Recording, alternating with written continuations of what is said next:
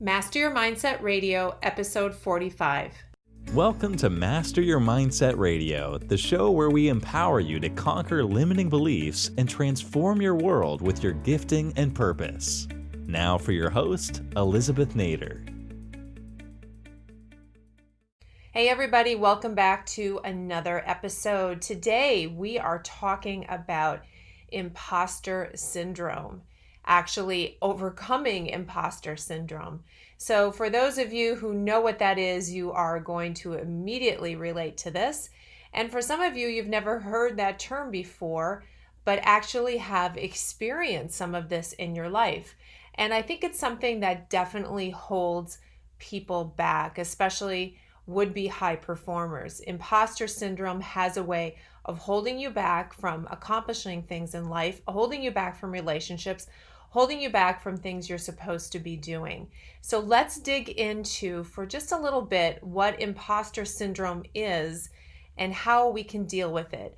It is a broken mindset, first of all. Imposter syndrome is 100% based on many limiting beliefs. It's not based in the truth, and it is designed to hold you back. So let's go to a definition of imposter syndrome.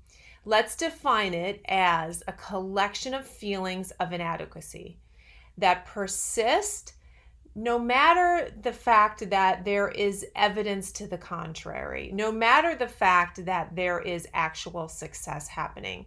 People who suffer from this syndrome may call themselves imposters. Let's just call them that. Imposters, they suffer from this chronic self-doubt. It's like they have this intellectual fraud that they will be found out, that no matter how obvious the external proof of their competence or their success, they still have this overriding strong feeling that they're a fraud, that they're actually not deserving of that success, that actually it was luck. We'll go through some of these things that they actually feel. They are unable to really internalize accomplishments to the point where they see that as something they achieved, that they're capable of, that they are deserving of recognition, that they in fact can replicate that success. It's as though on the outside you see one thing, but if you really knew the thoughts that they were having, if you heard the internal chatter, you would discover that people who suffer from imposter syndrome actually believe that they are a fraud and actually are concerned and afraid that someday people will find out. Can you relate to this at all? Have you ever had those feelings? Some people will link it with perfectionism, and that certainly affects a lot of us. I know at times when I haven't done something exactly the way I want to do it, it can have the ability to eat away at my confidence if I allow it. I have to stop it in its tracks and say, our goal is not perfectionism. But perfectionism is definitely tied, especially in women, to this idea of the imposter syndrome. Now, where do you pick this up from? Where do you get the imposter syndrome? It can be like any limiting belief. It can be any number of things, anywhere along the way, childhood, early adulthood, any time in your life you can pick up limiting beliefs, you know that, but some of the strongest ones are actually sewed into us in childhood. So I guess with some research, they've determined that maybe the way parents treat a child can encourage imposter syndrome or encourage perfectionism. If one child is designated maybe superior to another, or parents will put so much emphasis on how great that child is in a desire to support them, but they actually end up building this idea in their head of they are so great, that the child feels like they can never actually fulfill that construct that the parents built. And this is all well-meaning parents, right?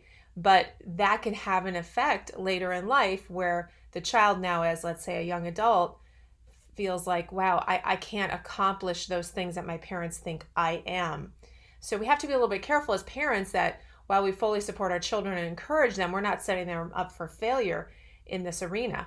Also, if you have a child who has always had it easy, maybe has always won, has always gotten the straight A's, has always had the accomplishments early in life, when that child gets into the world and into an occupation and starts to experience failure that they haven't experienced before, it is possible then that the imposter syndrome can set in and they can question the very success that they used to have and wonder if that was really them, if they're really capable of it, and start to allow that to erode at their confidence. So these things can come from our childhood. They can then be, definitely ingrained in us more later in life.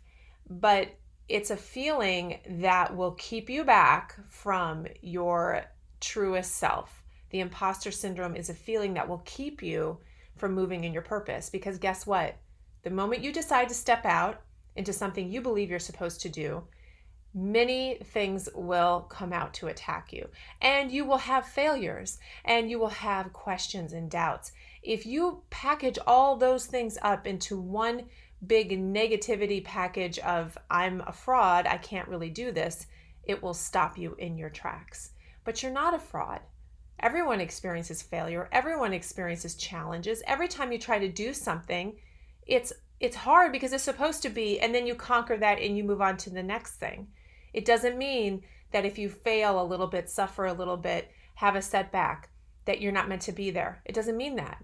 It doesn't mean that you are a fraud. So what are some of these common thoughts and feelings that go along with imposter syndrome? I want to list some of them for you because I'm hoping in that some of you may recognize these feelings in you and be able to change this. So people that struggle with imposter syndrome will say to themselves, I must not fail. I must not fail. There is so much pressure along with that whatever you do, it cannot fail. Because if you fail, people will find out that you're a fraud, that you're really not good at what you pretend to be good at, that you're really not capable. So, of course, failure has, a big threat associated with it, that you will be found out. But at the same time, ironically, success also has added pressure and threat, because now if you've achieved success, you have more responsibility, more visibility, and guess what? Now you have to walk in the shoes of that person who is successful. And if you don't believe you deserve to be in those shoes, if you don't believe that you actually deserve to be recognized for achieving that, or that you can replicate that success, now you have an inability to enjoy that success and added pressure of feeling, again, like a fraud. Imposters will say things like, I feel like a fake. They don't think they deserve success or accolades from people or from coworkers. And somehow it's like, again, I think I'm going to be unmasked here. I think I'm going to be found out that I don't actually have the ability and the competency that people think I do. So that they think, people suffering from the imposter syndrome, that they give out this impression that they're more competent than they are. And yet there is this disconnect because people with imposter syndrome really strongly believe that they lack knowledge or expertise to do what people think that they can do. So this is this ongoing anxiety that, someone's made a mistake. It's not me. I can't actually do this. A lot of times as well, people suffering from this will think that everything is about luck. So it's a tendency to attribute success to luck or some other external reason that isn't about them. It isn't about their abilities. That's also an indication that they are suffering from this. So if you heard someone say, well, I just got lucky, or it was just a fluke, or, I don't know how that happened, it wasn't me, there is this fear that they won't be able to replicate it. So if they say it was luck, if they say it was just a fluke, it was just something that happened, then they don't have the pressure to replicate that success, because obviously they're afraid that they cannot replicate the success. And if that doesn't work, then they'll just downplay the success. And imposter syndrome will just say, well, you know what, it's just easy. It's not that big of a deal. don't accept compliments easy, right? They just kind of shrug them off, push them away, because if their success is just luck, and if they don't think they can replicate it, or if they really feel they fooled people into believing this about themselves, then they really want to downplay the success. They do not want to celebrate it or have people point to it. So these are some of the symptoms, if you will, the thoughts, the limiting beliefs, the challenges that those with imposter syndrome struggle with. Now, some of you may have had these along the way. Some of you may be paralyzed by this. I think that everyone has it a little bit to a little degree, but there are some people who struggle so strongly with it that it stops them. And that's sad. That is something that needs to be reversed. They need to start to look at those limiting beliefs and tell themselves the truth. But what are some things you can just do, in the meantime, while you work on those deeply held beliefs and changing them?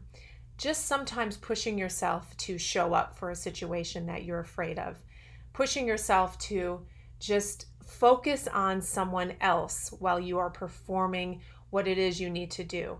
So I could have easily imposter syndrome right now, recording this podcast saying, who's going to listen to this? Who wants to hear anything from me? Why me? Why am I doing this? But when you notice all those things I just said, it was all me, I. So one of the best ways to overcome imposter syndrome and to just stop it in its tracks is to not focus on yourself. It's not about you anyway. Whatever you have been given, whatever gifts and talents you've been given to give to the world, whatever your purpose is, it's always about serving someone else. So if it's not about you and you take your eyes off of you, it's very easy then to forget all of these limiting thoughts. It's very easy to focus on the person that you are there to help, the people you are there to serve, the difference that you want to make in their life. If that is your focus, you don't have room to micromanage your behavior, micromanage your performance, to question yourself, to focus on all the things that you think you are not, to push success away, to push accolades away. All of that behavior is focused on you. The point here is to shift the focus so that your insecurities don't stop you, so that you can show up and be there for the people that you are meant to serve. And you know what? You do it in your own way.